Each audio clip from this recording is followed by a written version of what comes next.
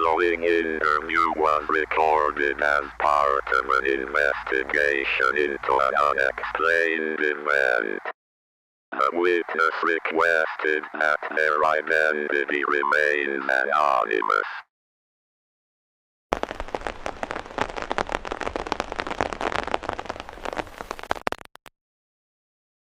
Okay, whenever you're ready, tell us what happened. I've told this story dozens of times. And every single time, people think I'm lying. I wish I was. Okay. Let's start from the beginning. Where were you? It was getting close to sunset. I'd been hiking through Blackwood Forest. I knew those trails. I'd walked them for years.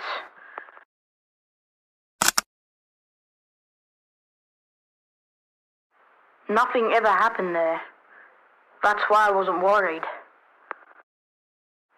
When did you realize something wasn't right? It started with the silence. The birds stopped. The insects disappeared. Even the wind died. It had felt like the entire forest had just held its breath.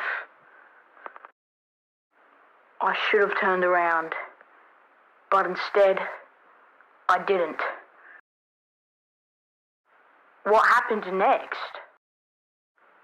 I heard a siren, an old emergency warning. It echoed through the trees. I thought someone needed help, so I followed it.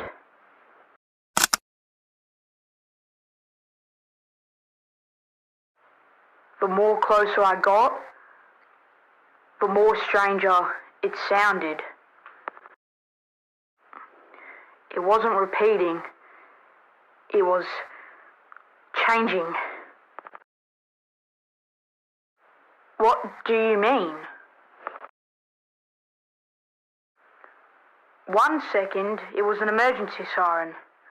The next, it was police radio chatter. Then a weather warning, then voices, people screaming, someone crying. It didn't make any sense. Did you ever find where the sound was coming from? I thought I did. I saw what looked like an old radio tower. It was standing between the trees. I couldn't remember ever seeing it before. It was unbelievably tall. It didn't belong there. What happened then? I stopped walking. So did the sound. I remember staring at that tower, trying to figure out why it looked wrong. Then one of the sirens turned. It definitely wasn't a tower. It was looking at me. Can you describe it? It was taller than every tree around it. I couldn't even see the top. I had to lean back just to follow its body into the sky. It looked like rusted metal stretched over impossibly long limbs. Every movement made this horrible creaking sound, like old steel bending.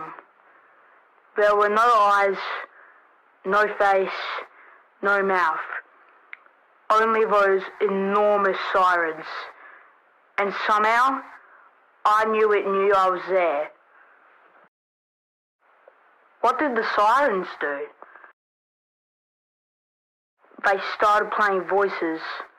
My mum, my brother, my own voice. It called my name. Exactly the way my family would. It sounded so real for a second. I almost answered.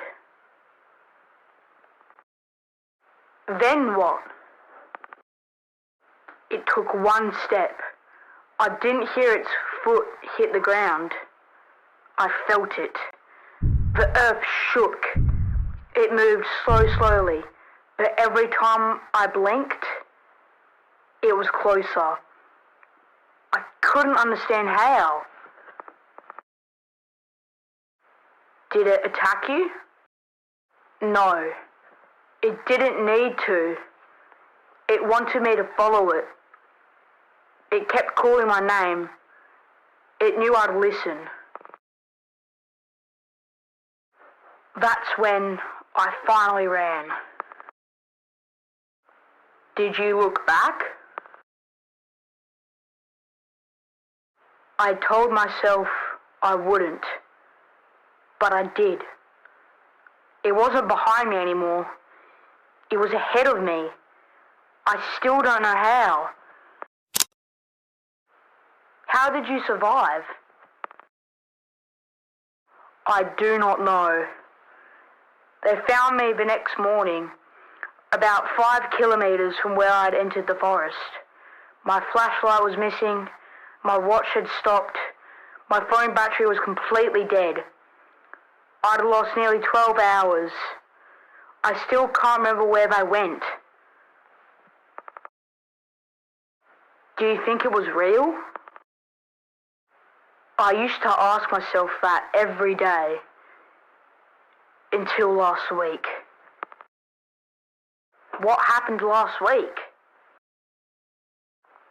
I heard the sirens again. They weren't on the news. They weren't coming from the road. They were coming from the trees behind my house. If someone watching this hears those same sounds, what would you tell them? Don't answer the voices. Don't follow the sirens. And whatever you do, don't look for it.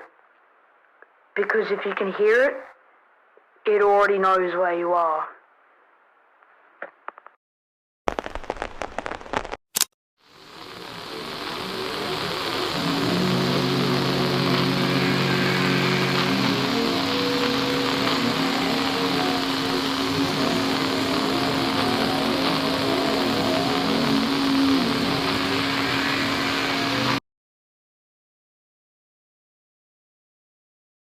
It will always know.